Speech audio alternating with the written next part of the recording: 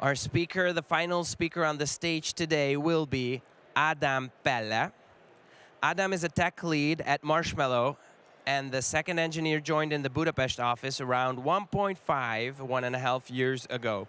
Nowadays, his main focus area is designing and operating distributed backend services with some ML traits. When he's not working, he is doing DIY stuff, both technical, for example, smart home, and non-technical, gardening or woodworks, tracking, reading, and occasionally gaming. The title of his talk is Multiprocessing Evolution and Virtual Threads in Java.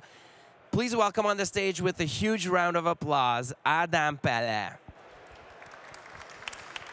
Thank you very much. So thank you very much. I really appreciate you come along to this talk at this time of the day. It's almost over. I think the day was very wonderful. I hope you had a lot of fun. And I hope you will like this presentation, which is about multiprocessing evolution and virtual threads. So like the title is saying, is not only about virtual threads, because it's a very cool technology indeed. But I think the journey is as much as important as the technology itself. So we need to understand the theory and how did we get to the virtual threads in order to use this effectively.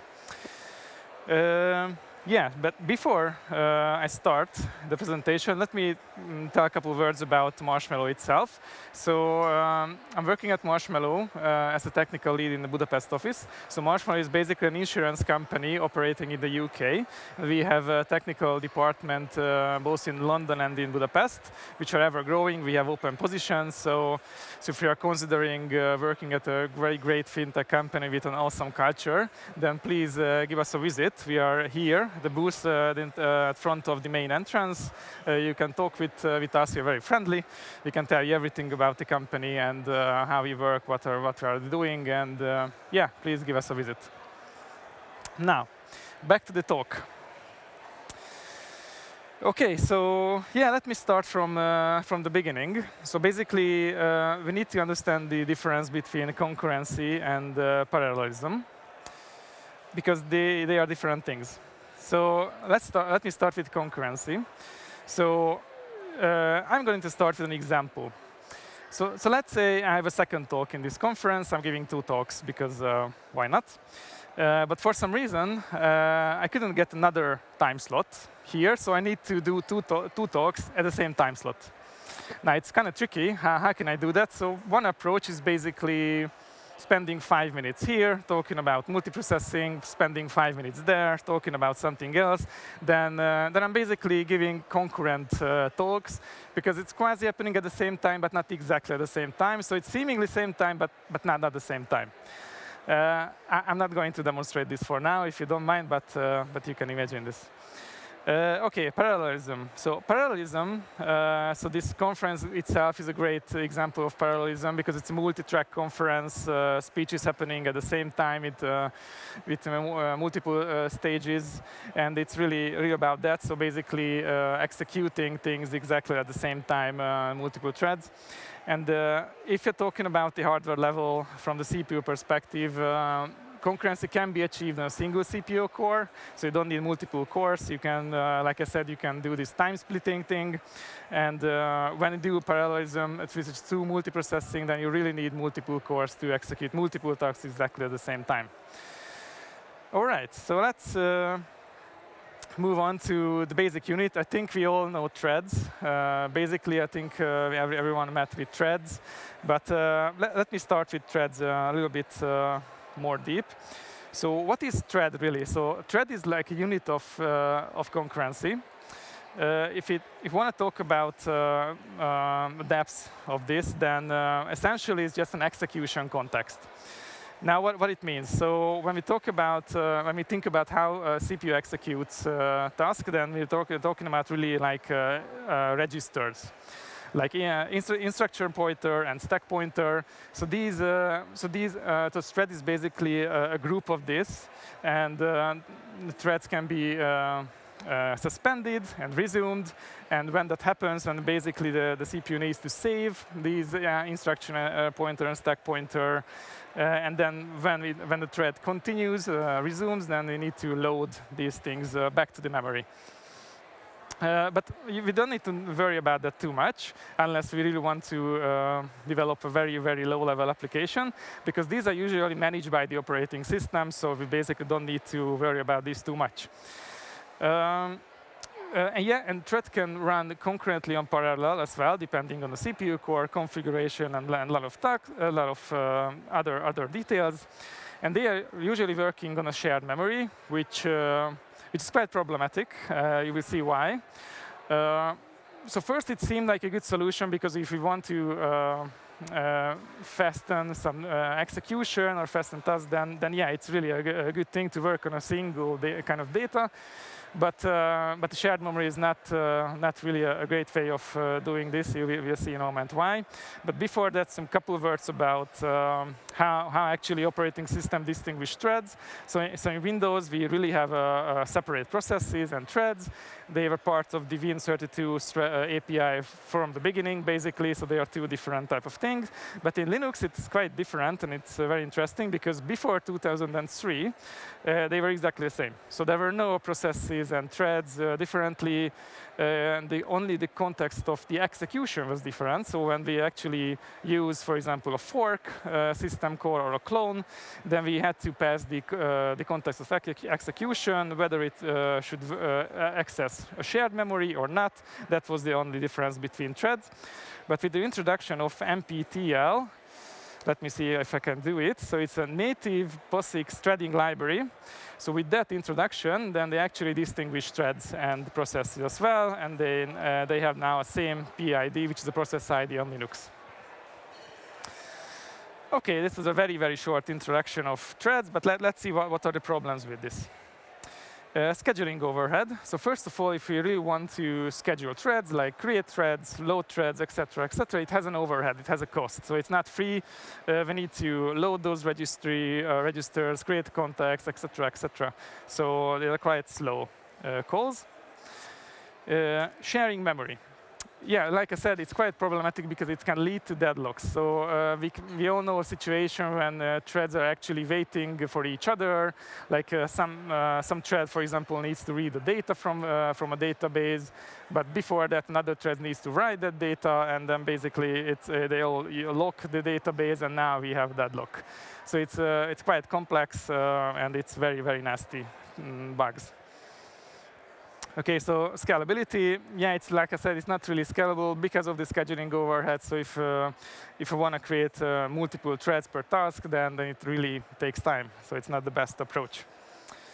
OK, but before we go on, let's try to fix them. So scheduling overhead, for example, can be addressed with thread pools. Now, thread pools is a pre-allocated thread. So when we start an application, we can pre-allocate a couple of threads. And when a task comes in, then a new thread can picks it up. So it's kind of all right up to the point. Sharing memory. Yeah, the sharing memory can be addressed with good using of locking mechanisms or immutable operations. For example, if we talk about read-write locking, that can address memory sharing to, so for example, when read-write locking means when a thread wants to read something, it doesn't need any locking, but when it tries to write something, then it needs a locking. So you can avoid a lot of problems by using that. And scalability, well, you can achieve that by changing the size of the thread pool.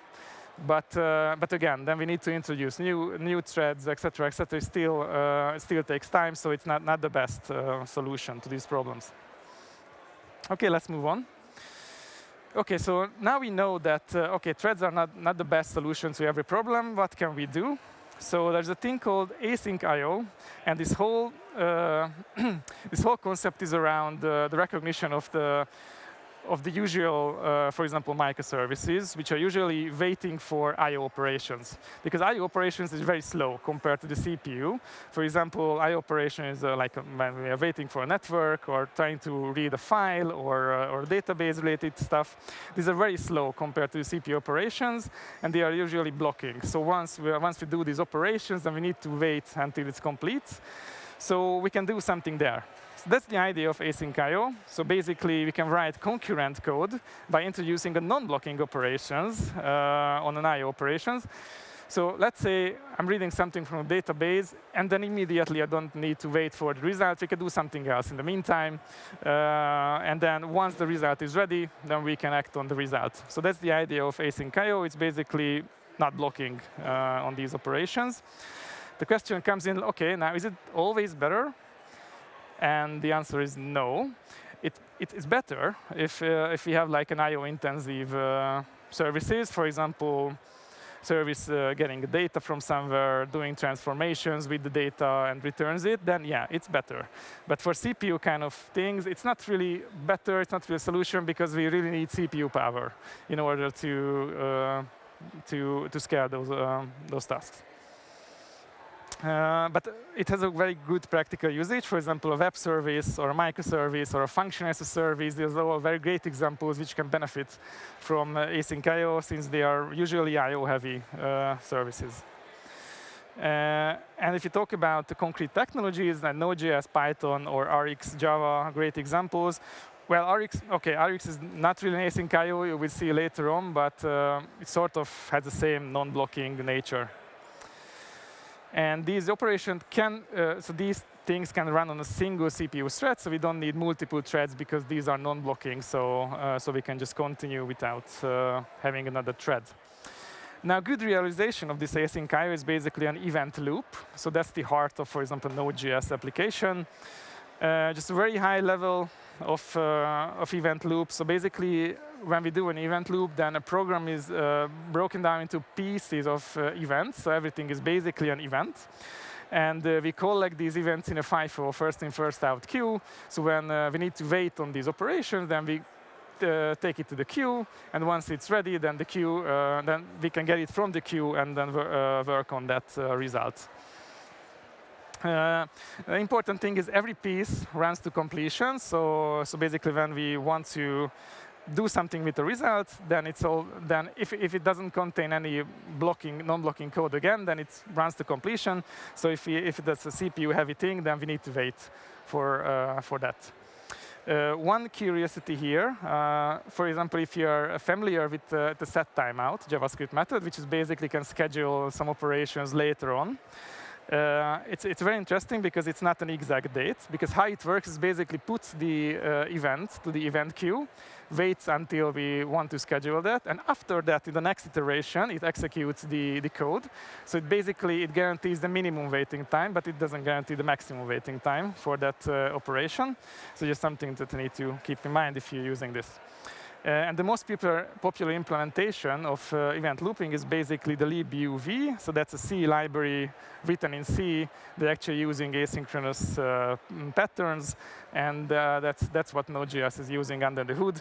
And yeah, one other thing is basically you can see that the event queue is still running on thread pools. So we couldn't totally eliminate the thread pools. So the thread pools is like a very low-level concept here. It's totally transparent for the developer, so we don't need to deal with this. We just need to deal with callbacks, basically, and then we react on those events. But yeah, it's much more to this event loop. I'm not going to go into very depths of this. I can recommend 2 books if you're interested in it, like JavaScript books. By the way, it's not meant to be a joke. I really couldn't find any other picture of these 2 books together. So yeah, these are 2 books, very good. I really recommend reading it. OK, but let's talk about problems of async I/O.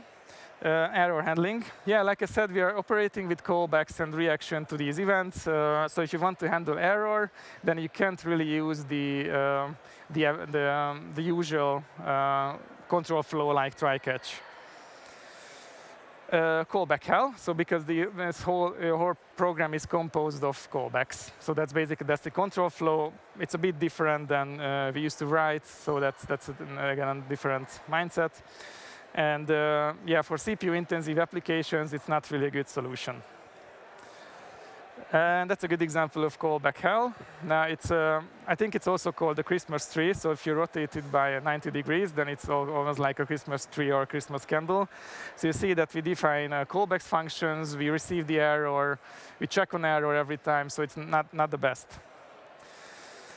OK, but before we move on, let's try to fix these things. So callback hell. Promises can be a great solution for that. So promise is like a well-defined result object, which represents something which would happen in the future. So you can still wait for these promises. It's kind of it's a bit improving code clarity, but it's very similar to callback. So that's one thing. Error handling. So if maybe if you know async await, which was relatively new, well, it's not new now, but it is the newest type of thing in JavaScript, which basically introduces the availability to wait on promises, and then it turns the control flow back to a normal control flow. So for example, when using async await, we can use try catch as well to handle these errors. But it's not backward compatible, so if you want to migrate the existing application, then it's not so easy. Yeah, and CPU-bound services, yeah, just don't use it for those type of things. OK, so reactive approach. OK, so reactive approach is basically, it's like a whole new different concept. Two very great examples is Webflux or RX Java. They're using non-blocking internal streams, data streams, to basically represent the code behavior. And like I said, there's usually, so initially, they wanted to cover data-related transformation with these streams. So it's a very good for data-related transformation. But it was recognized that, OK, anything can be a data or an event. So for example, a user clicking can be an event. And then we can basically basically create streams to handle these user clicking and then reactions to how to handle this clicking. So you can build a whole logic, whole applications only for on this reactive approach.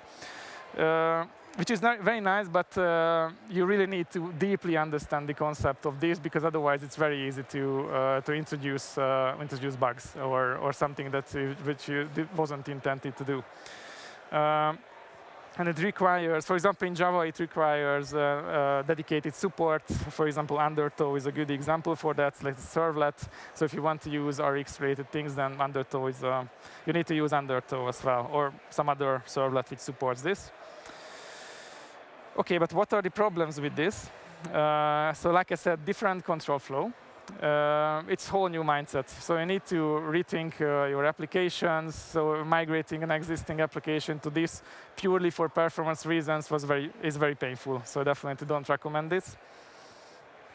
Hard to debug. So when everything is a stream, it's pretty hard to tell, OK, what happened, where the error came from. Stack traces are not there, so yeah, it's really, really hard. And error handling is basically the same. You don't have really stack traces. It's hard to handle errors. Yeah. And just an interesting thing that I took it from a recent article, basically saying that the RX popularity, like losing popularity. So originally, I think on Android it was very popular, but after 2018, I think it's completely losing popularity because of the introduction of async frameworks or Kotlin coroutines, etc., etc. So it's actually going downhill. So there's just an interesting thing that maybe it shows that a lot of people chose this only for performance reasons. But now, if we have replacements, then they go there. OK. So what if I told you we can do better than this? And it's a very great code. I love this code. So it's basically saying that we can solve any problem by any computer science problem by introducing another layer of indirection. That's the fundamental theory of computer science. And basically, that's what we are going to do with virtual threads. OK, so let's talk about virtual threads. So why was it? But before I go there, let's talk about the idea. Because virtual thread is not new. It came to Java, I don't know, like end of last year or something. No, actually last year, beginning of last year. But still, the concept of this was actually very old. So the concept is very easy. So let's stick with threads. Threads were great. But instead of letting the OS to manage the threads, let's do it ourselves. That's because developing an OS, like operating system, is usually very slow because you need to ensure backward compatibility, etc., etc., etc. So the operating systems developers usually are not that fast as, for example, JDK can be. So JDK can move a lot faster with improving threads. So that's why they decided, okay, let's isolate these two things and then do something for ourselves. And with this approach, we can have an M2N mapping from virtual threads to OS threads. So that means, for example, we can have 5 threads on a single, 5 virtual threads on a single operating system platform thread. Creating a virtual thread can be very, very lightweight. So we don't need to go through all the operations that the operating system does when creating a virtual thread. It's almost exactly 0 overhead, so we can create millions of them without any limit. So that's basically the boost for scalability there. But it's not new. Like I said, the first implementations for this was in Go with Go routines and Kotlin coroutines. So they are very, very similar to virtual threads. And in Go, Go routines are actually a language element. So they are built into the language, integrated very tightly. And one thing I really love about this implementation is how they handle sharing memory. So they're saying that instead of communicating by sharing memory, let's share memory by communicating, which is kind of hard to wrap your head around it. But essentially, it means that the Go routines talk with messages. So if they want to share something, then they don't work on shared memory. Instead, they exchange messages, and they update the same thing by exchanging messages. So that's very good. It's not there for virtual threads yet, but maybe in the future. But let's talk about virtual threads in Java. So it was first introduced JDK 19. It was a preview back in those days. So for those who are using JDK 19, you need to explicitly enable it, etc., etc. But it became generally available. It's quite stable in JDK 21 with GAP 444. That's basically proposals for improving the JDK. So I really recommend reading that GAP. It's very good. That was one of our main source from this talk. So it contains very great information. So yeah, I recommend reading that. And this whole virtual thread was successor of Project Loom. Maybe you know that. It was an experimental project of Java like a long time ago. And it was discontinued now with the introduction of virtual threads. And the real benefit of virtual threads, and I think it's very, very good design. So it's actually backward compatible with the thread interface, which means that in theory, any old applications which are using threads directly can be migrated with a very minimal effort to virtual threads, which are amazing. It's very good design. Okay, so what problems does it solve? So this is Little's law, which is a main theorem of queuing theory. So it's basically saying that the average number of items in a system equals to the average arrival rate multiplied by the average waiting time in a system for an item. So what does it mean? So let's say that we are receiving increased traffic. So the lambda is increasing. In order to maintain the number of items in a system, we need to reduce the waiting time, which is W. And we can achieve it by introducing more threads. So threads can quicker can pick up the task. You don't need to wait that much. And that's exactly the use case for virtual threads, because like I said, we can create millions of them, which are very lightweight to create. So it's very good to achieve this purpose. But OK, before we are very happy about this, let's talk about memory. You can ask that, OK, cool, we can create millions of threads, but how does it affect memory? So if we're creating more and more threads, we need more and more memory, right? Not exactly. If you talk about operating system threads, usually how operating system works is they over-allocate the threads or thread pools. So when we actually need to create more threads to handle the scale, then it doesn't mean more memory, because we already allocated those memory. Of course, if we receive more threads than more requests than that, then sure, yeah, we need to increase memory. But most of the time, operating systems are very good to figure this out. And for virtual threads, they store its stack in a garbage collected heap. So they're actually using the heap to store the stack. So when a thread is over, finished, we don't need it anymore, then it's garbage collected. So it's not going to take more memory than we really need. OK, some internal parts of virtual threads. So yeah, this is a very good image that you see. So basically, we have an OS thread, we have platform threads, and virtual threads. So that's basically the concept of this. And in JDK, we have a new executor. It's called the new virtual thread per task executor. So if you want to use virtual threads, then that's like a go-to way to do that. And one important thing, so because creating virtual threads is almost zero overhead, then it shouldn't be pooled. If we pool it, then we lose this benefit. So let's just create it ad hoc on the go. You don't need to worry about pooling. And JDK basically implemented scheduling these threads. So it has its own implementation of that. And it actually schedules threads on the platform threads, which are managed by a fork join pool. So a fork join pool is like a well-known scheduler, basically, of platform threads. So they reuse that to schedule the underlying platform threads for the virtual threads. Yeah, one important concept. So virtual thread can mount or unmount, which is a blocking operation. So mount or unmount to the platform thread. So when it's actually running, we need the thread, then it's mounting to the platform thread, it's working, and we don't need it, for example, when we reading from database, we don't need it's a non-blocking thing, we take it out, it's via mount from the platform thread, and the next time we need it, then we just mount it back. So that's how it works.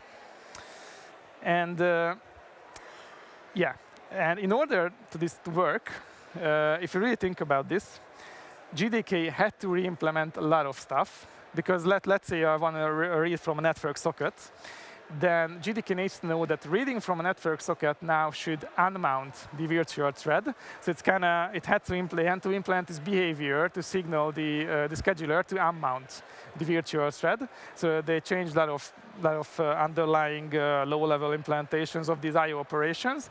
They didn't change everything, which means that it's a continuous operation. So when we get new JDK versions, they do these changes along the way, and then they add more and more support for virtual threads.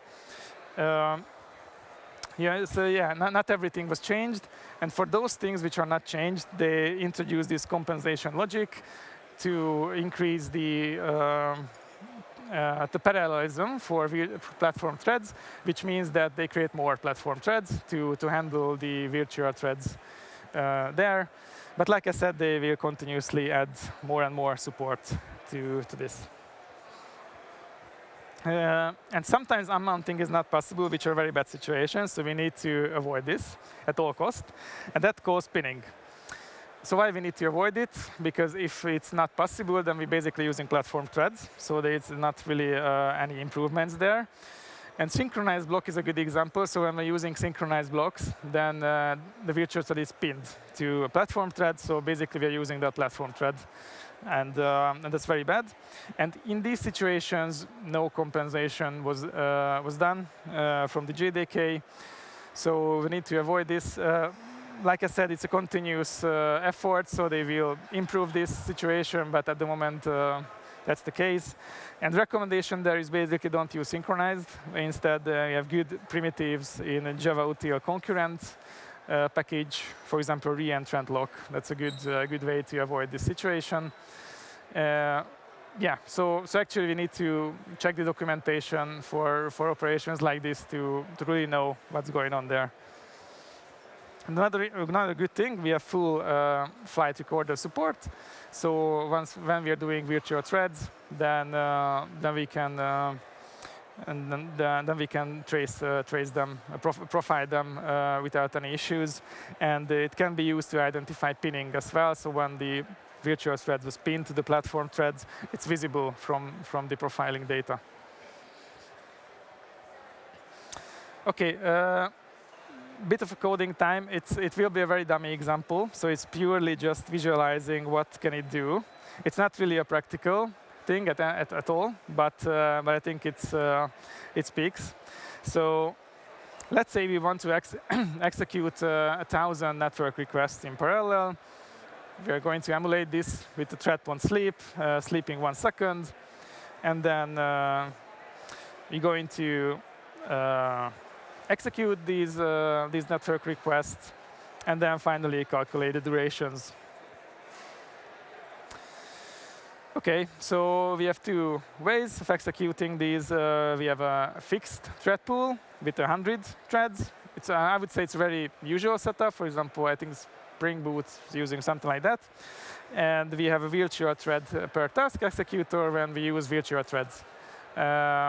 So first, it's a platform thread with a fixed 100 threads thread pool. And the second one is virtual thread with millions of threads, so we don't need to worry about the limits. OK, drum roll.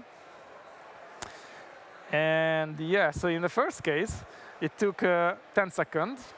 It's not really a wonder because we have 100 threads and 1,000 requests, so it actually took 10 rounds to execute all these network operations. In the second case, it's just 1 second because we could create 1,000 threads from the get-go, and that's it. So that's basically the idea of virtual threads. At the end, I just wanted to mention that Spring Boot is a very well-known web framework. There are a lot of other web frameworks. For them, I think, for example, Helidon is actually built on virtual threads now. So if you really want to utilize the full scale of virtual threads, then I recommend trying out Helidon.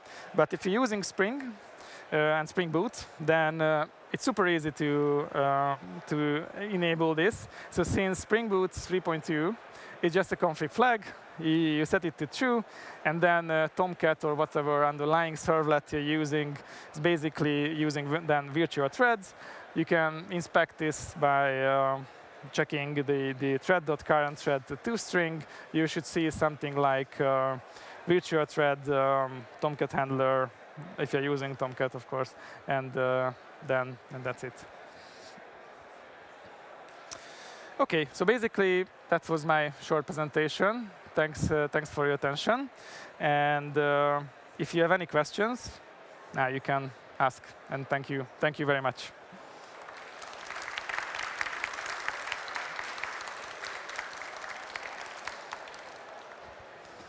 Thank you very much. Q&A time. If you haven't already done so, there's the QR code, and here's your chance to ask questions. We are very excited to see if you have any. And while we wait, whether questions come in, just one question from me. How did you feel on this stage? How was it? How was the presentation? It was very, very nice. This was my first time talking at Craft, so I was a bit nervous at the beginning, but yeah, it was very nice. So yeah. Congratulations. Well, I think this is the toughest way to do with these earphones and everything. And we have our question. Perfect. What is the cost of scheduling vThread? If I use thousands of vThread Pro thread, can't be scheduling nightmare? If I read that correctly, I'm not sure. Yeah, so like I said, there's a usually abstracted way, so it's totally transparent for to use this. So usually don't really schedule threads by hand, unless if you really want to do some very low-level thing. For example, if you use executor service directly, then you just need to basically submit the operations to the executor service with the virtual thread, and it takes out all the complexity. So you don't need to deal with this. But it really doesn't have really. It's like really an abstraction layer. So it doesn't have too much cost to schedule it. OK, thank you. Another one just came in. Another one just came in. Great, great. Usually that's how it is. You got to wait a little and then questions pour in. Is there a benefit of vThreads for CPU-intensive, not I/O-bound tasks? Not really. So in that case, I would say if you're really a CPU intensive, for example, like a machine learning flow or like an LLM model, then you really need multiple CPU cores. And in that case, I don't see any big benefits of virtual threads. You can still use it; it wouldn't hurt, but then you really need to execute those. Really need to break down those operations into multiple tracks and compute them parallel. So that's the real performance benefit there. All right. Are there any cases that virtual threads should be avoided? Good question. I'm not sure, to be honest. So I think it's a drop-in replacement to platform threads. Actually, at Marshmallow, we are using it in production. So we enabled it. We don't see any issues at all. We see a slight, it depends on the service. We see benefits from memory or CPU usages. But other than that, it's really stable now. So feel free to use it. Next question is from Zoltán. Have you found problems with Spring Boot 3 when used virtual threads? Yeah, basically I answered it. So not really. So we basically enabled it with most of our services in production at Marshmallow, and we really don't see any issues. But we are using JDK 21. I'm not sure about 19 or 20. So at those times, it was still a preview. So maybe in production I wouldn't use it. But from 21, it's really stable now. So we didn't see any issues. OK, potentially the last question. We'll see about that. In the example, we see an improvement of time. There is a difference of CPU usage. Good question. I didn't measure it, so I don't want to guess. I can do it, so maybe we can talk after this to talk about this, but I didn't measure it, so I don't know. All right. Well, in this case, unless there's a very last question coming up, nope. Thank you very much for your presentation.